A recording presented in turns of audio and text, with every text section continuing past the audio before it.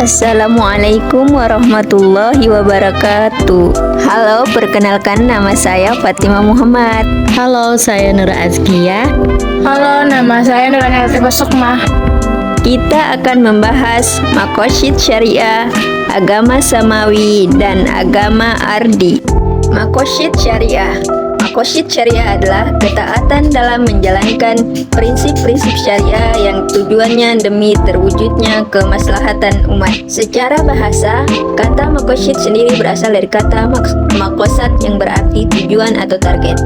Berangkat dari arti tersebut, beberapa ulama memiliki pengertian atau definisi mengenai maqasid syariah yang berbeda. Misalnya Al-Fasi. Menurutnya, maqasid syariah merupakan tujuan atau rahasia Allah yang ada dalam setiap hukum syariat. Sedangkan Ar-Risuni berpendapat bahwa maqasid syariah adalah tujuan yang ingin dicapai oleh syariat agar kemaslahatan manusia bisa terwujud. Berikut 5 pembagian maqasid syariah dahuriyat. Yang pertama, memelihara agama. Syariat Islam pada dasarnya diturunkan untuk menjaga eksistensi semua agama, baik agama itu masih berlaku, yaitu agama yang dibawa oleh Nabi Muhammad SAW ataupun agama-agama sebelumnya. Yang kedua, memelihara nyawa. Syariat Islam sangat menghargai nyawa seseorang, bukan hanya nyawa pemeluk Islam, bahkan meski nyawa orang kafir atau orang jahat sekalipun. Yang ketiga, memelihara akal. Syariat Islam sangat menghargai akal manusia, sehingga diharamkan manusia minum khamar, biar tidak mabuk lantaran menjaga agar akalnya tetap waras. Yang keempat, memelihara nasab syariat. Islam menjaga urusan nasab lewat diharamkannya perzinaan, di mana pelakunya diancam dengan hukum cambuk dan rajam. Yang kelima, memelihara harta. Syariat Islam sangat menghargai harta milik seseorang, sehingga mengancam siapa mencuri harta hukumnya adalah dipotong tangannya. Selanjutnya, agama Samawi. Agama Samawi adalah agama yang turun dari langit berlandaskan wahyu Tuhan. Agama Samawi diwahyukan pada para rasul yang mengajarkannya pada manusia. Ada 3 agama Samawi yang banyak dikenal masyarakat, yaitu yang pertama, Islam, kitab suci Al-Quran. Islam sudah berumur ribuan tahun sejak Allah Subhanahu wa Ta'ala menurunkan Al-Quran secara bertahap kepada Rasulullah SAW pada 610 sampai 632 Masehi. Yang kedua, Kristen, kitab suci Injil. Kristen juga berusia ribuan tahun sejak kali pertama diturunkan kepada manusia. Ajaran Kristen hingga kini masih dianut banyak orang.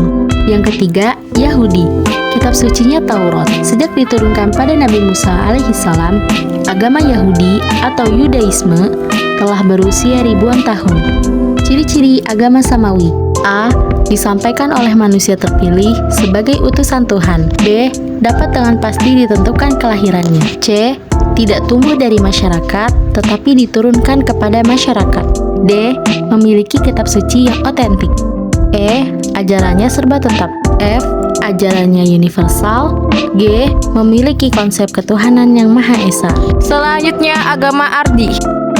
Penggolongan agama Ardi adalah perkembangan berdasarkan budaya daerah dan pemikiran seseorang yang diterima secara global dan bukan berdasarkan wahyu. Contoh agama Ardi ada 2, Hindu dan Buddha. Hindu merupakan hasil akurasi budaya Arya dan Drivada, sementara agama Ardi ada ajaran berasal dari pemikiran Siddhartha Gautama. Di Indonesia setidaknya ada 2 agama Ardi di masyarakat. A. Hindu. Hindu kitabnya Weda. Hindu tercatat sebagai agama yang paling tua di Indonesia semenjak 7000 hingga 6000 Masehi. B. Buddha, kitab Tripitaka. Ajaran agama Buddha yang disampaikan Siddhartha Gautama yang terus diminati hingga sekarang. Agama Buddha diperkirakan 2600 sebelum Masehi. Ciri-ciri agama Ardi: 1. Tidak dapat dipastikan oleh Nabi dan Rasul dan tidak dapat dipastikan kelahirannya. 2. Diciptakan oleh tokoh agama. 3. Berasal dari daerah dan kepercayaan masyarakat. 4. Tidak memiliki kitab suci yang diwariskan oleh Nabi atau Rasul. 5. Jika ada kitab suci, isinya kitabnya mengalami perubahan seiring waktu. 6. Ajarannya dapat berubah-ubah mengikuti zaman. 7. Konsep ketuhanan adalah panteisme, dianisme, dan anisme. 8. Ajarannya tidak universal. Sekian dari kelompok kami, kurang lebihnya mohon maaf. Wassalamualaikum warahmatullahi wabarakatuh.